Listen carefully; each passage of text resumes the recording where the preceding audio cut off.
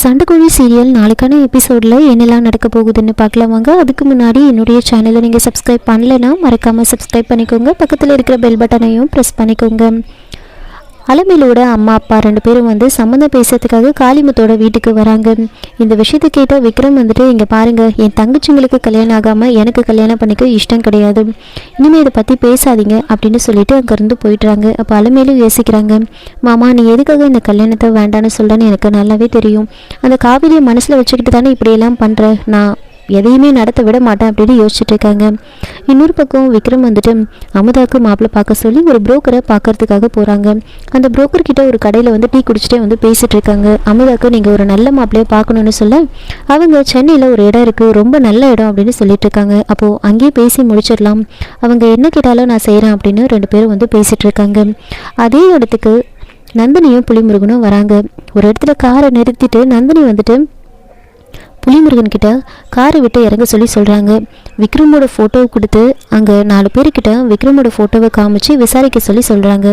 புலிமுருகன் அக்கா இங்கெல்லாம் தேடுறது வேஸ்ட்டு, நான் சொல்கிறத கேளு, நீ நேராக மார்க்கெட்டுக்கு போ, மார்க்கெட்டில் 4 பேர்கிட்ட விசாரிக்கலாம், நான் அவனை அங்கே தான் பார்த்தேன், அதனால் அங்கே போய் விசாரிக்கிறது தான் சரின்னு சொல்ல அதுக்கு நந்தினி நான் சொல்கிறத மட்டும் செய், நீ போயிட்டு விசாரி அப்படின்னு சொல்கிறாங்க. புலிமுருகன் அந்த ஃபோட்டோவை எடுத்துகிட்டு எல்லா இடத்துலையும் விசாரிச்சுட்ருக்காங்க. அப்போது கடைசியாக புலிமுருகன் அந்த விக்ரம் எந்த கடையில் இருக்காரோ அந்த கடைக்காரர்கிட்டயே ஃபோட்டோவை காமிச்சு கேட்குறாங்க, தம்பி இந்த ஃபோட்டோவில் இருக்கிறவரை நீங்கள் பார்த்துருக்கீங்களா அப்படின்னு கேட்குறாங்க. அவர் ஃபோட்டோவை பார்த்துட்டு இல்லை சார் நான் பார்த்ததில்லை அப்படின்னு சொல்கிறாங்க. இல்லை தம்பி இது என்னோட அக்கா பையன்தான், கொஞ்சம் நாளாகவே இவனை ஆளை காணும், அதான் இவனை பற்றி ஏதாவது தெரிஞ்சால் சொல்லுங்கள் அப்படின்னு கேட்குறேன் அப்படின்னு சொல்கிறாங்க. அதுக்கு அவர் இல்லை சார் எனக்கு பார்த்தா மாதிரி தெரியல அப்படின்னு சொல்லிடுறாங்க. அப்போ புலிமுருகன் சரி இனிமேல் இவரை பார்த்தீங்கன்னா எனக்கு நீங்கள் ஒரு ஃபோன் பண்ணி சொல்லணும் அப்படின்னு சொல்லி அவரோட நம்பரை அந்த கடைக்காரர்கிட்ட கொடுக்குறாங்க. எங்கே பார்த்தாலும் சரி உடனே எனக்கு ஃபோன் பண்ணி சொல்லுங்கள், என்னோட பேர் புலிமுருகன் அப்படின்னு சொல்லிட்டு அங்கேருந்து போகிறாங்க. கரெக்டாக அந்த சமயம் பார்த்து விக்ரம் அந்த புரோக்கர் கிட்ட பேசிட்டு எனக்கு கொஞ்சம் வேலை இருக்குது அப்படின்னு சொல்லி எந்திரிச்சு வராங்க. புலிமுருகன் அந்த கடையை விட்டு வெளியே போகிறதுக்கும் விக்ரம் அங்கேருந்து எந்திரிச்சு வரதுக்கும் சரியாக இருக்கும். புலிமுருகன் அங்கேருந்து போயிடுவார். அதுக்கப்புறமா விக்ரம் அந்த பக்கமாக நடந்து வந்துட்டுருக்காங்க.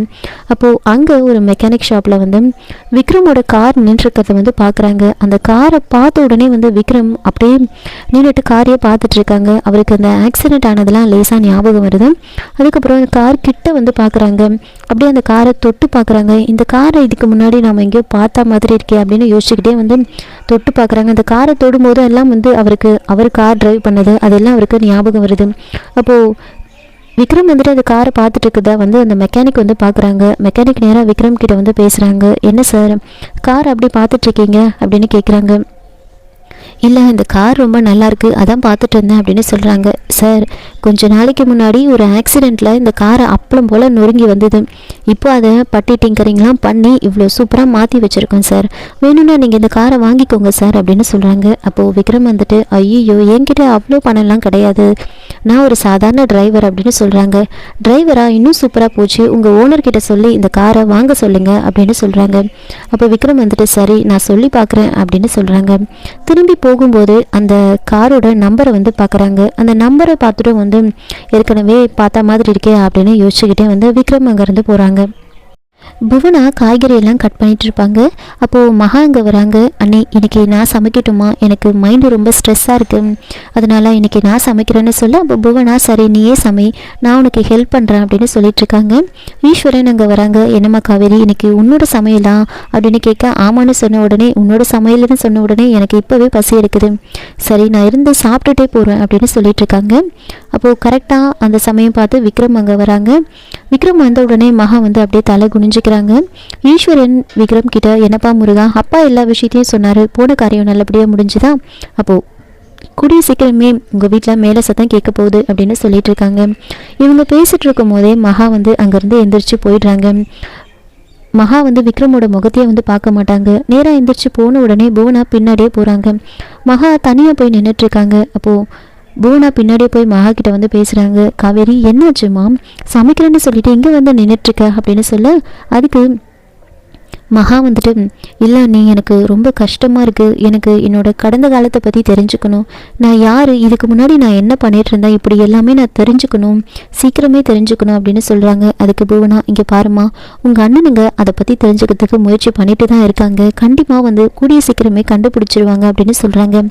அதுக்கு மகா வந்துட்டு, இல்லை நான் உடனே டாக்டரை பார்க்கணும், அவங்கக்கிட்ட வந்து நான் கேட்கணும், எனக்கு கடந்த காலம் வந்து சீக்கிரமே ஞாபகம் வருமா, என்னோட பழைய நினைவுகள் திரும்புமா அப்படின்னு நான் அவங்கக்கிட்ட கேட்கணும் அப்படின்னு சொல்கிறாங்க.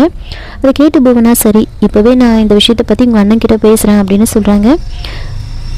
விக்ரமும் ஈஸ்வரனும் வந்து பேசிகிட்டு இருப்பாங்க. அப்போது புவனா நேராக போய்ட்டு ஈஸ்வரன் கிட்ட பேசுகிறாங்க. இந்த மாதிரி காவேரி வந்து டாக்டரை பார்க்கணுன்னு சொல்கிறா அப்படின்னு சொல்கிறாங்க. அப்போது ஈஸ்வரன், என்ன இப்போ தானே சமைக்கிறேன்னு சொல்லிட்டு உள்ளே போனால் அதுக்குள்ளே என்ன டாக்டர் பார்க்கணுன்னு என்ன ஆச்சு அப்படின்னு கேட்குறாங்க. அதுக்கு புவனா வந்துட்டு, அது இல்லைங்க, அவளுக்கு இப்போ டாக்டரை பார்க்கணுமா, அவளுக்கு இப்போ ட்ரீட்மெண்ட் போயிட்டு தானே இருக்குது, அதை பற்றி அவள் கேட்கணுமா, அதனால் வர சொல்லி சொல்கிறா அப்படின்னு சொல்கிறாங்க. அதுக்கு ஈஸ்வரன் வந்துட்டு, என்ன ஆச்சுன்னு தெரியலையே அப்படின்னு கேட்குறாங்க. எப்போவுமே நாம் தானே போயிட்டு அவங்க தானே நம்ம வீட்டுக்கு வந்து டாக்டர் வந்து செக் பண்ணி பார்ப்பாங்க, ஆனால் இப்போ என்ன டாக்டர் பார்க்கணுன்னு சொல்கிறா அப்படின்னு சொல்கிறாங்க. இங்கே பாருங்கள், நீங்கள் டாக்டர் போய் பார்ப்பீங்களோ இல்லை அவங்கள வர வைப்பீங்களோ எனக்கு தெரியாது, அவள் டாக்டரை பார்க்கணுன்னு சொல்கிறான், நீங்கள் வர சொல்லுங்கள் அப்படின்னு சொல்கிறாங்க. உடனே ஈஸ்வரன் வந்துட்டு விக்ரம் கிட்ட, முருகா நீ ஒன்று பண்ணு, நேராக அன்பு ஹாஸ்பிட்டலுக்கு போயிட்டு அங்கே சரஸ்வதினு ஒரு டாக்டர் இருப்பாங்க, அவங்கக்கிட்ட போயிட்டு இந்த மாதிரி ஈஸ்வரன் ஐயா வீட்டுக்கு வர சொன்னாங்கன்னு சொல்லி அவங்கள கையோடு கூட்டிகிட்டு வா அப்படின்னு சொல்கிறாங்க. அதனால் விக்ரமும் வந்துட்டு நேராக அந்த டாக்டரை கூட்டிகிட்டு வர்றதுக்காக போகிறாங்க. அப்போது புவனாவும் ஈஸ்வரனும் வந்து பேசிகிட்டு இருக்காங்க. ஏன் திடீர்னு காவேரி வந்துட்டு டாக்டரை பார்க்கணுன்னு சொன்னா, என்னாச்சு அவளுக்கு அப்படின்னு கேட்க, அதுக்கு புவனா வந்துட்டு, அது ஒன்றும் இல்லைங்க, அவளுக்கு அவளோட கடந்த காலத்தை பற்றி தெரிஞ்சுக்கணும்னு நினைக்கிறா, அவள் யார், அவள் எங்கேருந்து வந்தா, அவளோட அம்மா அப்பா யார் அப்படின்னு இப்படி எல்லாமே அவள் தெரிஞ்சுக்கணும்னு நினைக்கிறா அப்படின்னு சொல்கிறாங்க.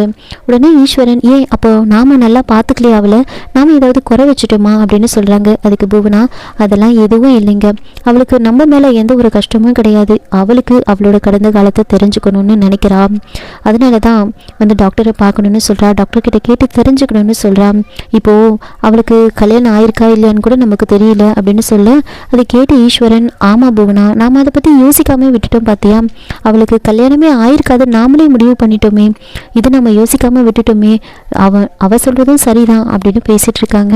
பேசிகிட்டு இருக்கும் போதே வந்து டாக்டர் அங்கே வராங்க. விக்ரம் வந்து டாக்டரை கூட்டிகிட்டு வந்துட்டுருப்பாங்க.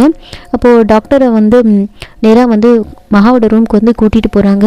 டாக்டர் புவனா வந்து கொஞ்ச நேரம் வெளியில் இருக்க சொல்லி சொல்கிறாங்க. அங்கே செக் பண்ணிகிட்ருக்காங்க.